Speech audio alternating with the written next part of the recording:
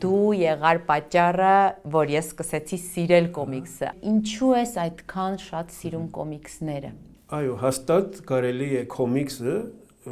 համարել քրական ժանր։ Հայաստանում իսկապես կոմիքսների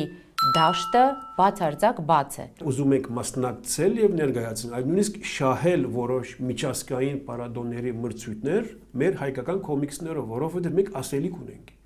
Մենք պատմություն ունենք, այո։ Ուրեմն պատմությունը պիտի ասենք։ Բելգիկան կոմիքսների մայրաքաղաքն է երևի կամ կենտրոնն է։ Կոմիքսը համեմատաբար 120-125 տարիներու պատմություն ունեցող քրական ժանր մնե։ Կարող են կոմիքսների ներգրավվածությամբ երեխաներին բերել դեպի կրթություն, այսինքն կոմիքսը դառնա կրթական գործիք։ Պիտի ուզեմ օրինակեմ արդեցնել կոմիքսը դպրոցներու մեջ, ինչու՞ չէ։ Այսուհետ օրինակ դասագրքերի մեջ կիրառել կոմիքսները։ Ես